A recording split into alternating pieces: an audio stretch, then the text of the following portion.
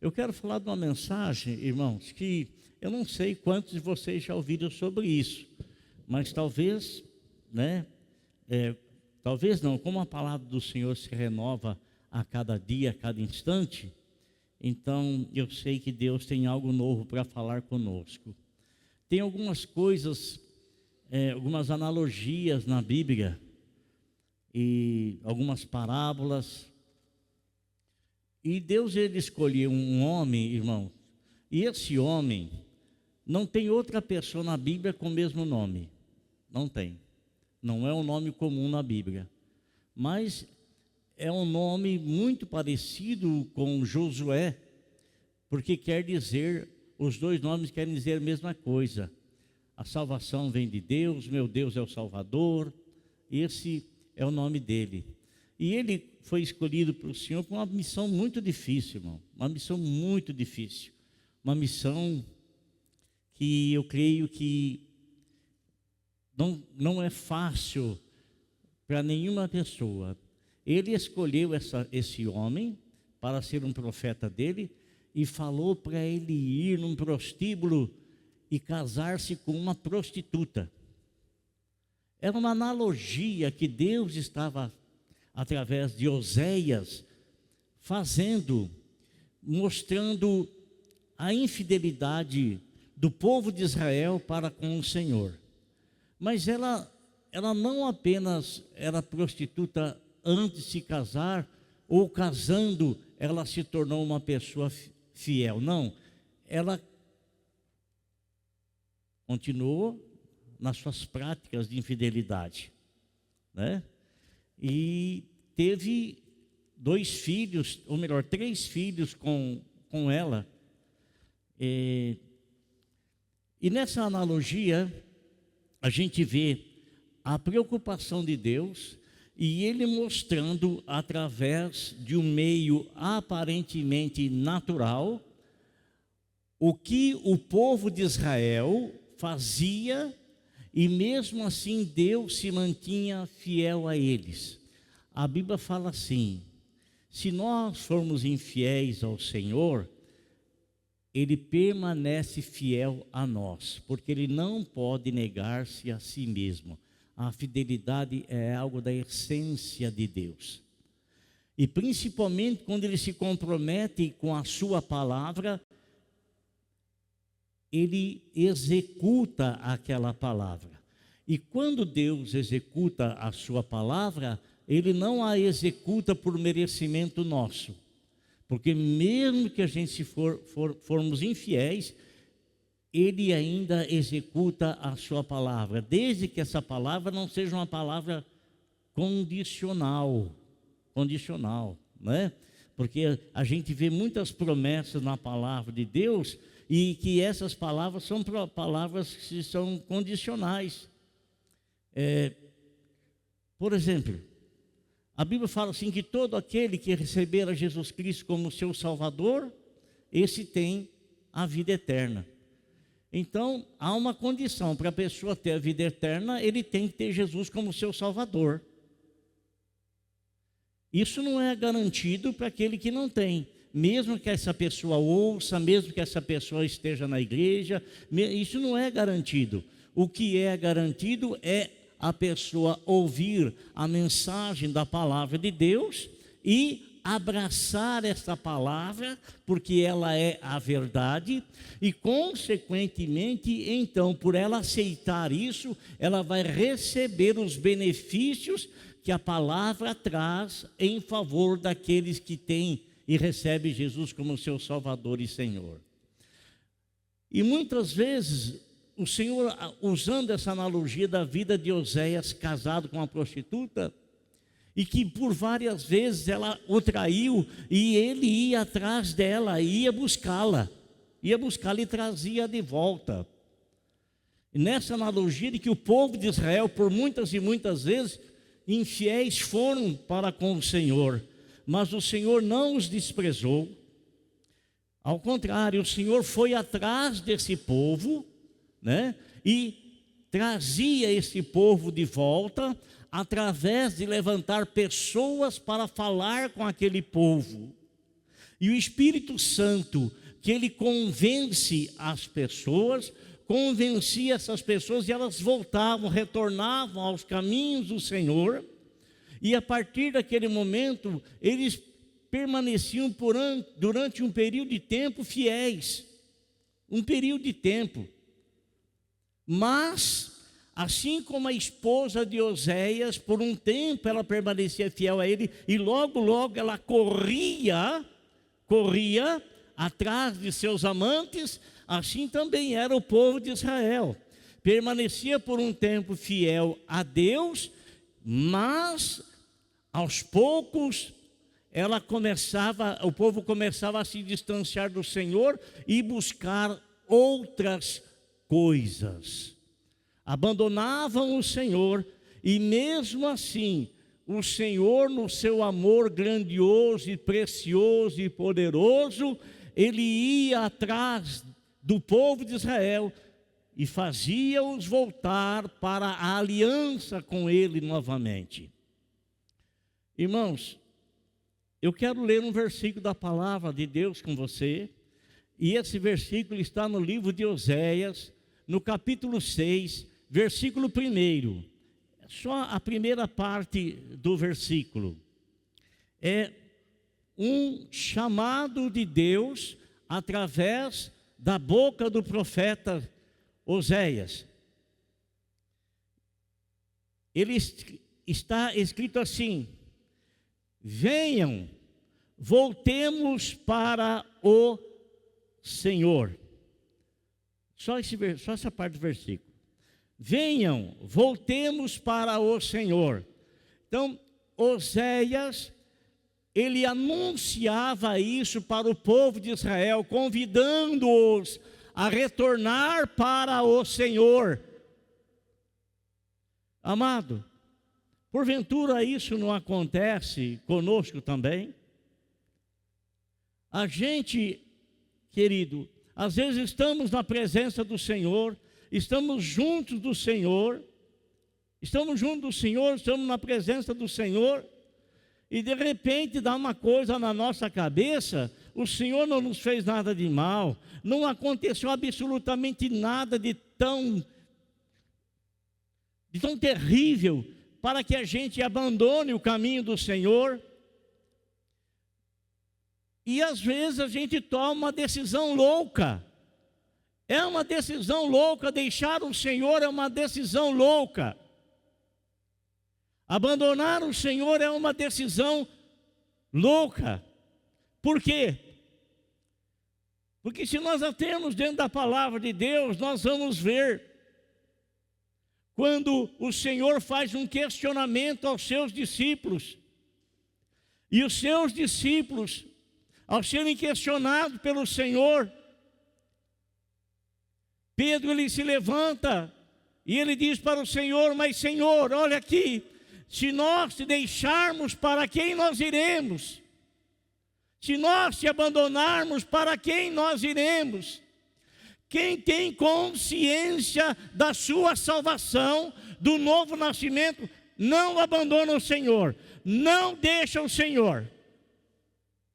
Mas aquelas pessoas que ainda não têm o novo nascimento, aquelas pessoas ainda que não tiveram uma conversão real com mudança de vida, porque a conversão real é a mudança de vida, essas pessoas, por qualquer coisinha se fere, por qualquer coisinha se sente, por qualquer coisinha já é um motivo para tomar decisões precipitadas. Quem sabe você está pensando assim? Quem sabe tem alguém pensando assim hoje? Mas se você estiver pensando assim, essa palavra que eu estou trazendo é para você, é para nós, porque nós não podemos tratar aquilo que o Senhor fez por nós com indiferença. Não podemos. Nós não podemos desvalorizar nem desprestigiar, ainda que tenhamos esse sentimento.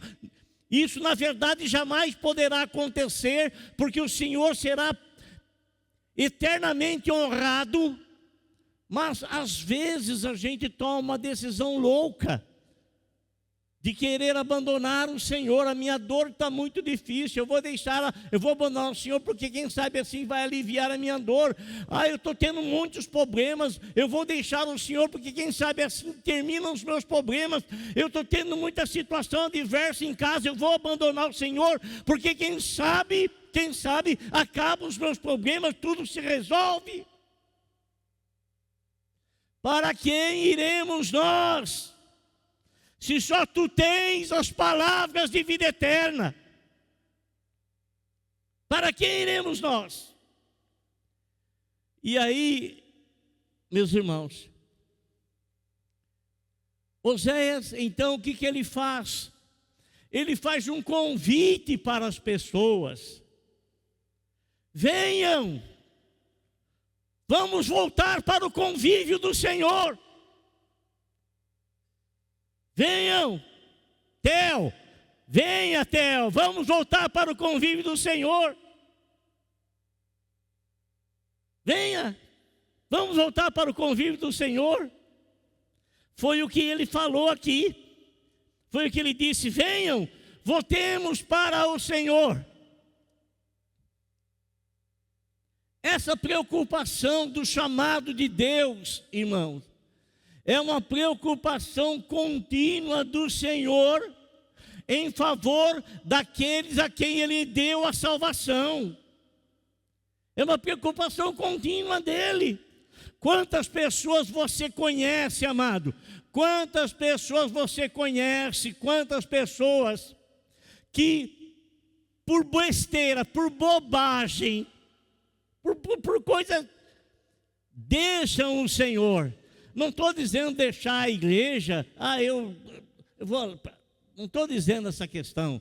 Estou querendo abandonar o Senhor, abandonar a salvação que Deus providenciou através da morte do próprio Filho dele.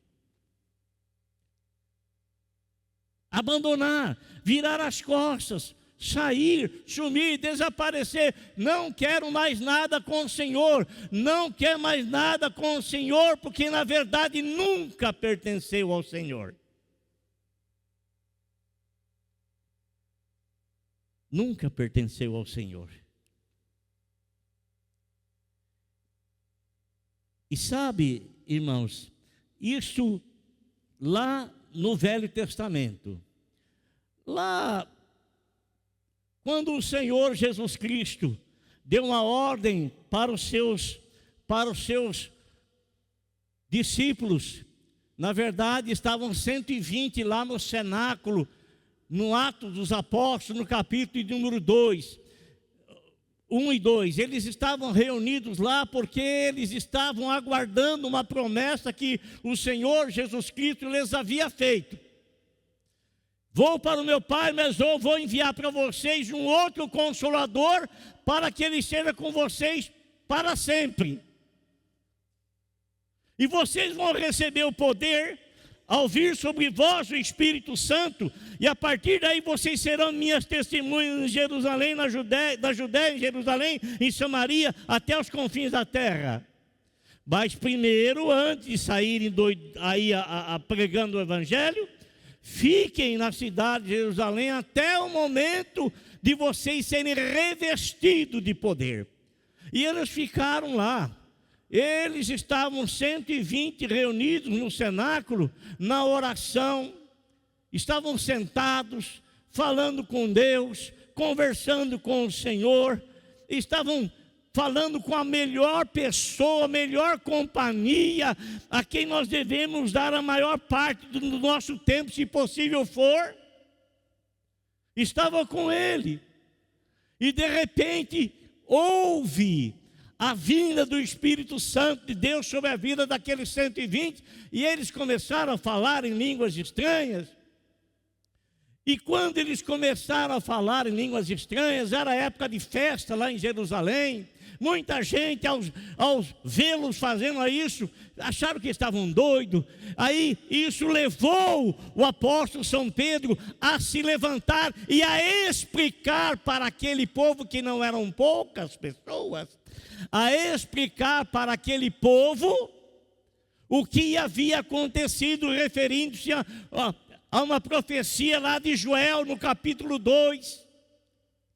E quando Pedro está pregando, está falando, está ensinando, aquele povo, irmãos, eles ouviram a mensagem de Pedro, tiveram o coração voltado para a palavra que Pedro transmitiu, e eles queriam tomar uma decisão, mas eles não sabiam como tomar a decisão. Então eles perguntam para Pedro: o que nós vamos fazer então? O que nós devemos fazer? Aí Pedro fala para eles, no capítulo 3, versículo 19 de Atos dos Apóstolos: arrependam-se, pois, e voltem-se para Deus. Voltem-se para Deus. Aquele povo, irmão, não era um povo convertido, mas era um povo religioso. Era um povo que cumpria as suas obrigações religiosas. E essas obrigações religiosas que eles cumpriam, eles achavam que isso lhes daria o direito de ter algum benefício da parte de Deus. Mas nenhum homem, nenhum ser humano, ninguém merece absolutamente nada de Deus. Nada. Eu não mereço. Eu sou o que mereço menos. Você não merece, nenhum ser humano merece, em absoluto nada. Mas é nisso que Deus mostra o seu amor para conosco e a sua misericórdia. Com o grande amor com que Ele nos amou, Ele veio de lá para cá. A única coisa que agora nós somos chamados a fazer é vir daqui para cá. É nós.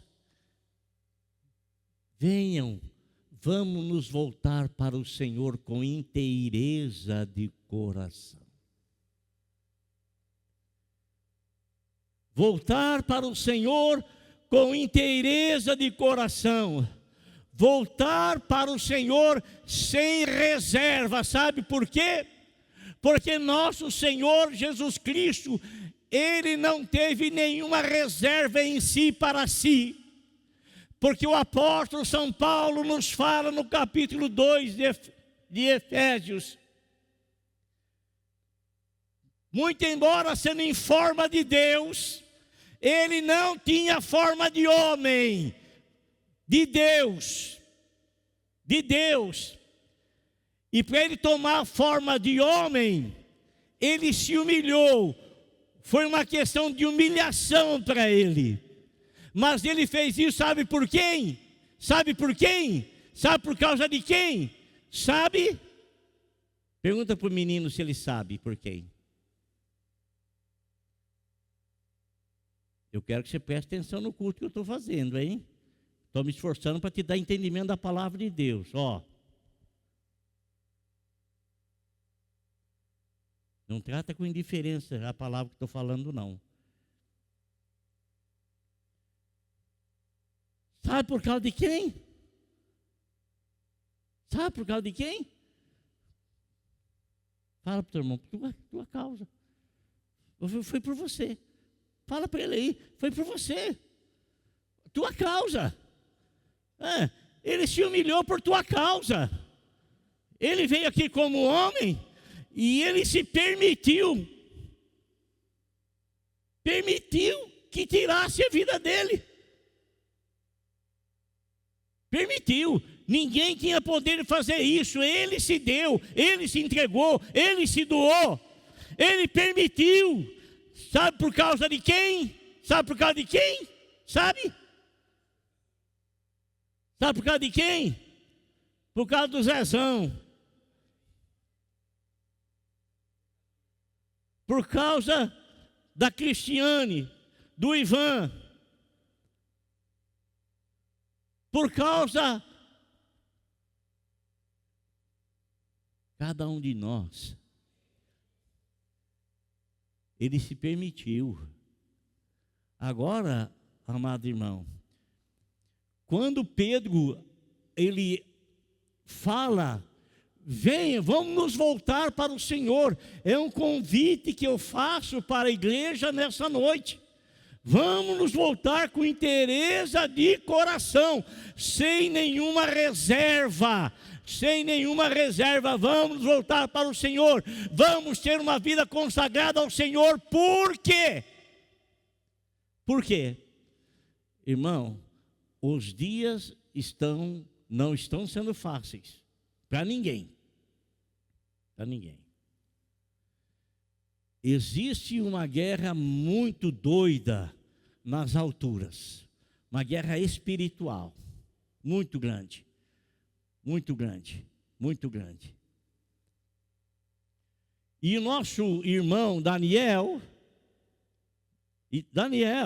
um homem consagradíssimo ao Senhor, um profeta de Deus, alguém que não teve medo de ser ameaçado de morte, não teve medo. Ele tinha um projeto na vida dele, ele tinha uma aliança com Deus, ele tinha um compromisso com Deus, e ele foi firme nesse compromisso, mesmo sabendo se ele cumprisse aquele voto, ele seria lançado na cova dos leões, e ele continuou firme. Sabe por quê? O apóstolo São Paulo fala por quê? Eu bem sei em quem tenho crido.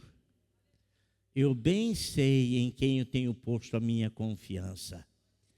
Eu bem sei que Ele é poderoso para fazer muito além daquilo que penso e peço, segundo o poder dEle, a onipotência dEle. Eu sei que Ele pode fazer tudo. Tudo. Então, irmão, ele fez esse convite. Agora, ele diz assim: arrependam-se, pois, e voltem para Deus, para que seus pecados sejam cancelados.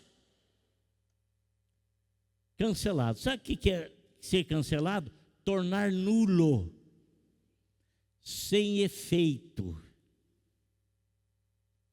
Sem efeito. Olha que coisa. O salário do pecado é a morte. Mas você se voltando para Ele, isso fica sem efeito na sua vida. Fica sem efeito na nossa vida. Aliás, querido irmão, por que nós estamos na casa do Senhor? Porque nós temos algum projeto para a nossa vida terrena? Ou porque nós estamos dentro do projeto celestial que Deus tem para nós, que é a vida eterna?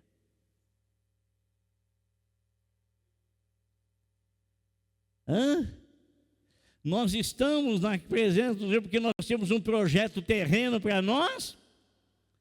Ou nós estamos na presença do Senhor pelo projeto de vida eterna que Ele tem comigo, com você, com cada um de nós?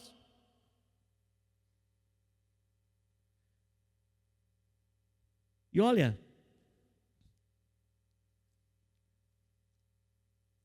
lá no Antigo Testamento, houve um momento de muito conflito. O povo não conseguia tranquilizar o coração, e a cada dificuldade encontrada, iam reclamar com Moisés e Arão.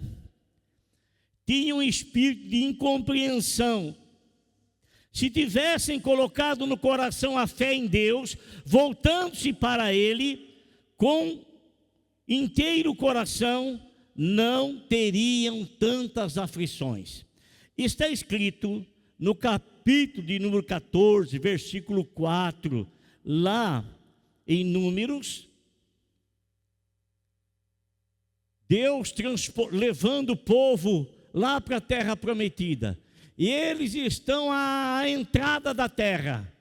Mas primeiramente, Moisés manda aqueles 12 espias observarem a terra. Será que Deus nos enganou? Será que a terra não é tão bela quanto Deus havia falado para Abraão, para Isaque e para Jacó? Será que a terra não é produtiva? Será que a terra é só cascalho e não pode se plantar nada? Será que esta terra é uma terra que não produz absolutamente, arenosa? Ou será que realmente é uma terra como Deus falou? Irmão, tudo que Deus falou é como Ele falou. Tudo quanto Ele falou é como Ele falou, sem sombra de dúvida. E nós não precisamos ver, porque se nós acreditamos nele, isso é confirmado pelo Espírito Santo em nosso coração. Isso é confirmado pelo Espírito Santo na nossa alma. É confirmado. E manda-se lá os espias, e todos eles com os mesmos, viram as mesmas coisas, passearam pelos mesmos locais, pelos mesmos lugares, sondando a terra, sondando aqui, sondando ali, sondando acolá, indo aqui, indo acolá, e realmente eles constataram que a terra era uma terra fantástica, fabulosa, fabulosa, e que eles avistaram lá no Vale de Escol, eles constataram 2 homens para carregarem um cacho de uva.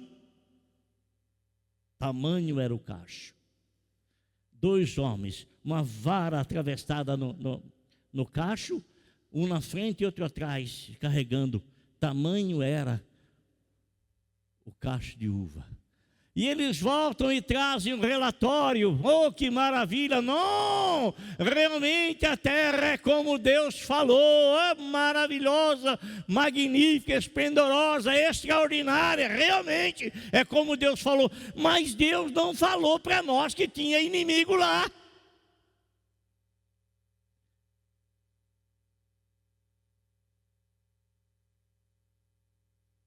Deus não avisou. Mas, irmão, olha para trás. Você foi diante do Mar Vermelho, Deus abriu o Mar Vermelho. Vocês foram lá, perto das águas de mar, águas amargas. O Senhor mostrou o cuidado dele, fez com que as águas se tornassem potáveis. Depois dali foram para um lugar maravilhoso, com 12 palmeiras, com 12 poços lá, um oásis, e ficaram à vontade, e o Senhor veio sobre eles com uma coluna de fogo, guardando-os, e como uma nuvem para proteger do sol escaldante do deserto, andando com eles constantemente, em todo tempo, em todo momento. Eles estavam com fome, queriam comer pão, o Senhor mandou pão do céu, um maná. Queriam comer carne, o Senhor mandou codornizes para eles, e eles comeram codornizes e tudo. Se Deus te trouxe até aqui, você acha que Ele não tem capacidade de levar você mais longe? Se o destino não é aqui? Você acha que Deus trouxe você até a beira, a fronteira, ali, a divisa da terra prometida? Você acha que Ele não vai ter capacidade de colocar vocês na terra? Por que você fica olhando incessantemente para as dificuldades e se esquece dos milagres grandiosos que Deus já fez e já realizou na tua vida?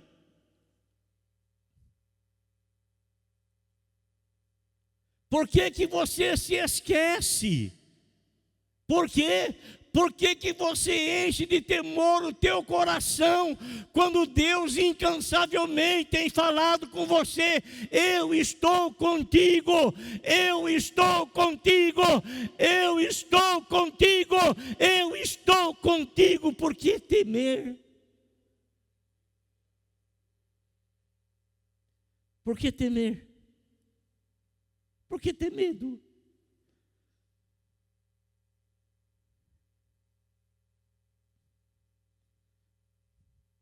A minha vida é do Mestre, meu coração.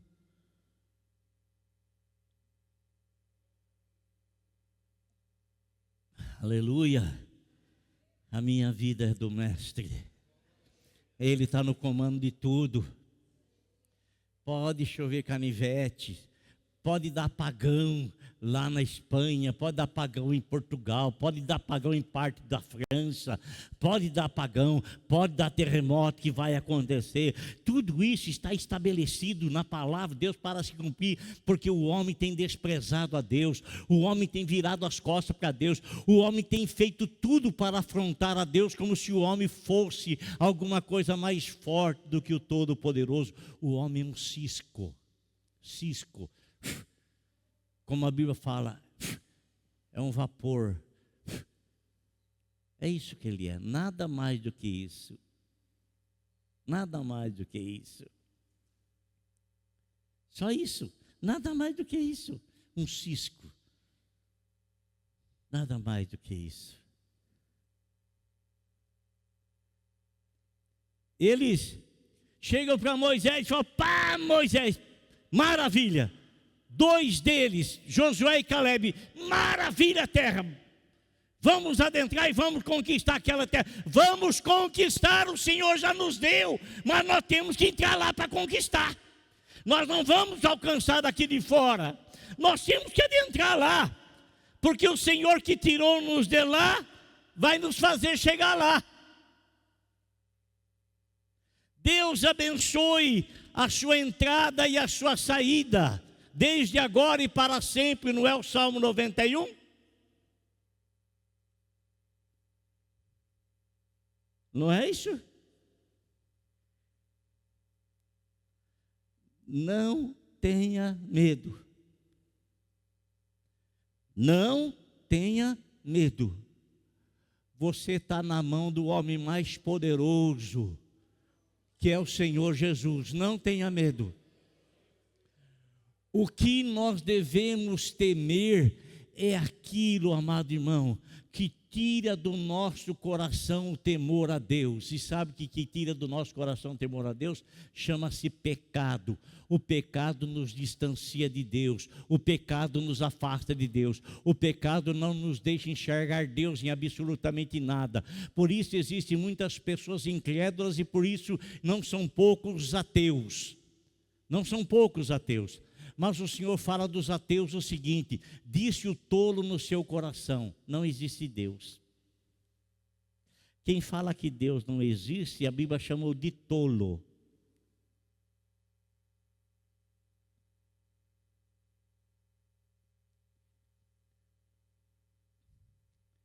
E aí, irmão, eu estou sem relógio aqui, será que estou? Põe a hora aqui para mim, filho, por favor. 20 para as 9. Então, irmãos, o que aconteceu? Aconteceu que 10 desses homens, eram 12. 10 desses homens, olha o que foi que eles disseram. Capítulo 14, versículo 4 de Números.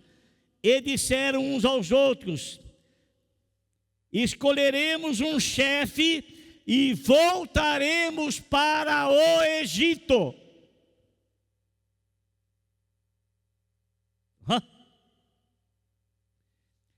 Escolheremos um chefe. Moisés, nós não te queremos mais como chefe. Arão, nós não te queremos mais. Nós, os 10, porque cada um representava uma tribo, as 12 tribos de Israel. Então 10 disseram: nós vamos escolher um chefe, nós vamos escolher. Nós não queremos a interferência de Deus nisso, porque Deus escolheu Moisés, olha no que deu. Nós escolheremos o nosso chefe. E nós iremos voltar lá para o Egito.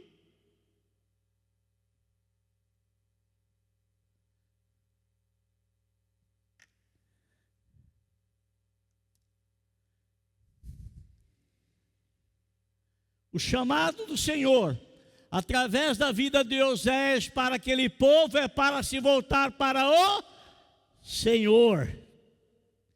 Osés capítulo 6, versículo de número 3, ele dirige uma palavra para aquele povo na sequência do versículo 1 que nós lemos, do capítulo 6. Ele diz assim, conheçamos o Senhor, esforcemo-nos por conhecê-lo. Em outra Bíblia, outra versão diz assim, conheçamos e prossigamos, coisa contínua. Conheçamos e prossigamos em conhecer o Senhor. Nós poderíamos viver como Matusalém viveu, 969 anos, o homem que mais viveu na face da terra. Mas ainda que vivêssemos toda essa quantia de anos, nós não conseguiríamos conhecer o Senhor na sua amplitude, na sua onisciência, na sua onipotência, na sua onipresença. Não teríamos condições, porque permaneceríamos ainda debaixo do tempo, quando o nosso Deus, Ele é eterno, Ele não está debaixo do tempo, Ele vive para todo sempre, não tem começos de dias e não tem fim de dia, não depende de ninguém para viver, viu?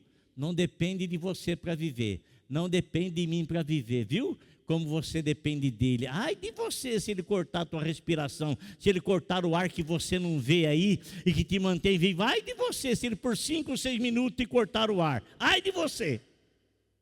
Tchau. Acabou. Foi embora. Ele não depende de nós, mas Ele nos ama muito.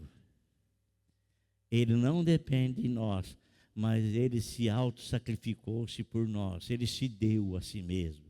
Ele não depende de nós, mas mesmo assim, Ele ressuscitou dentre os mortos para nos dar a salvação, para nos dar a vida eterna. Tudo isso por mim e tudo isso por você.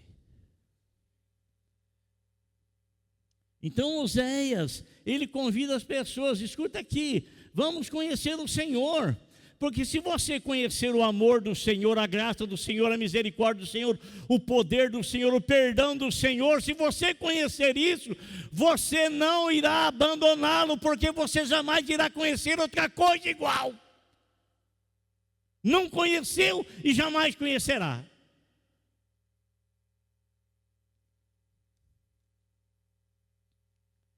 Conheçamos o Senhor e esforcemo-nos por conhecê-lo. Tão certo como nasce o sol, ele aparecerá, virá para nós como as chuvas de inverno, como as chuvas de primavera que regam a terra. Se nós o buscarmos, ele não se esconderá de nós.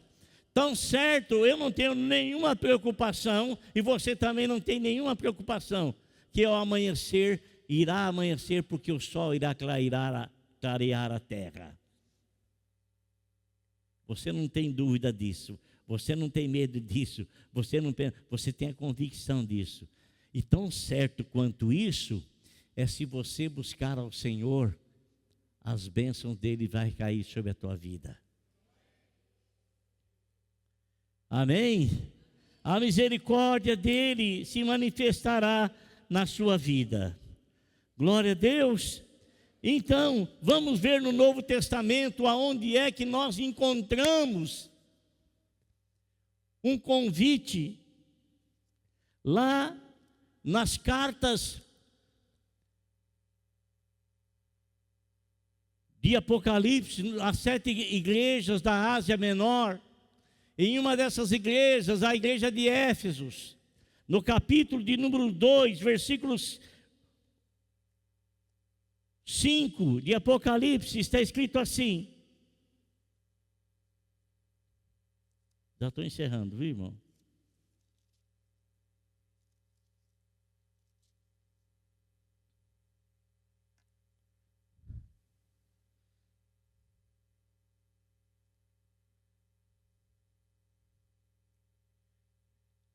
A igreja de Éfeso.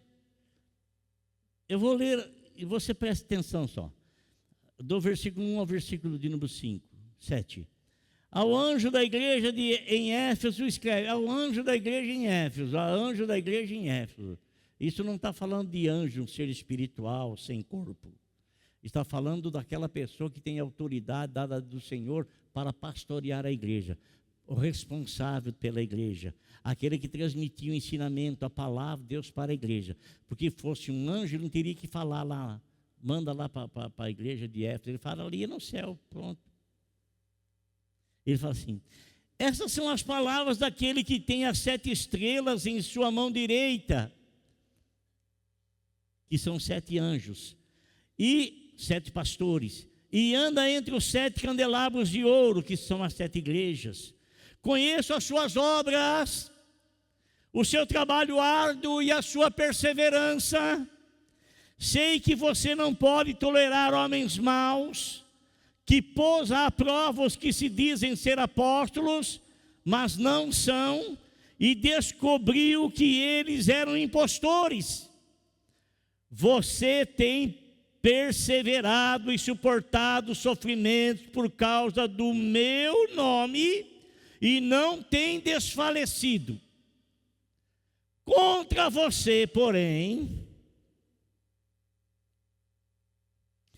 tenho isto: você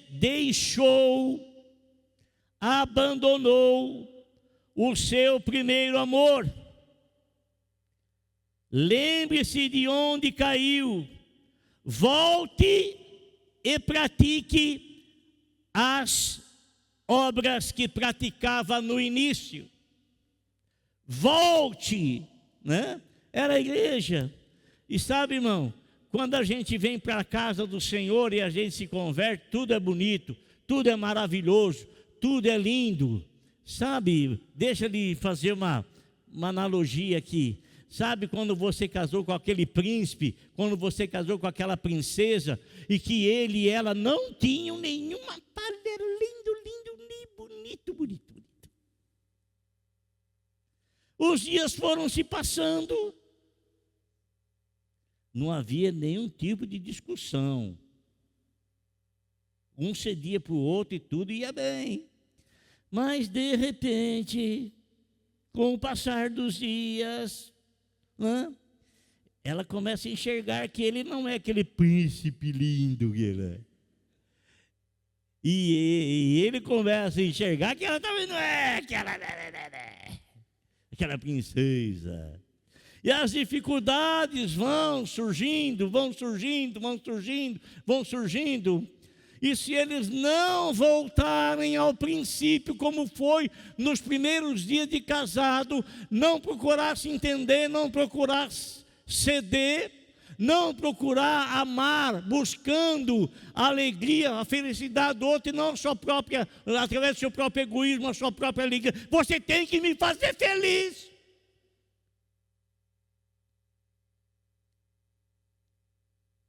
Não vai muito tempo. É por isso que nós estamos vendo tanta coisa, tanto divórcio, tanto desquite, tanta separação, tanta coisa que está acontecendo. E isso, vou falar claramente, isso não é a vontade de Deus. Não tem apoio nas Sagradas Escrituras. Coisas do homem, não princípio de Deus. E a igreja, sim, a pessoa chega, se converte, ela vê tudo lindo, tudo bonito, tudo maravilhoso, tudo. De repente ela começa a ver que o irmão não é aquele, a irmã não é aquela, aquele o diácono não é, ele é cheio de falha, igualzinho a você, eu sou cheio de falha igualzinho a você, você é cheio de falha igualzinho a mim. E se o amor de Deus não estiver no nosso coração, presta atenção, eu vou falar, isso não quer dizer prevaricar-se. Prevaricar-se é a pessoa constantemente fazer a mesma coisa errada e ter um arrependimento fingido. Arrependimento fingido. Oséias chama a atenção desse povo por causa do arrependimento fingido. Vocês estão fingindo arrependimento. Porque quando existe arrependimento verdadeiro, a pessoa abandona o pecado. Mas quando não há arrependimento verdadeiro, a pessoa prevarica, ela erra hoje, se finge arrependimento, volta a errar amanhã, finge arrependimento, volta a errar depois, finge arrependimento, volta a fazer tudo errado de novo, e assim vai. Então, ele está chamando a atenção, volta lá, volta lá, volta lá no começo, volta lá no princípio, volta lá. Chamando a atenção da igreja de Éfeso. Amém, irmãos? Glória a Deus. Então é um convite que eu quero fazer para você como igreja do Senhor Jesus.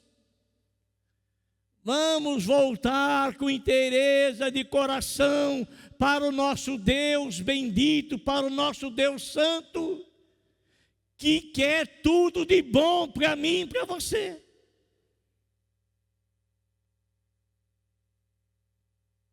Amém? Volte-se com inteireza de coração para o seu Senhor e Salvador, para o nosso Senhor e Salvador. Venham, voltemos para o Senhor.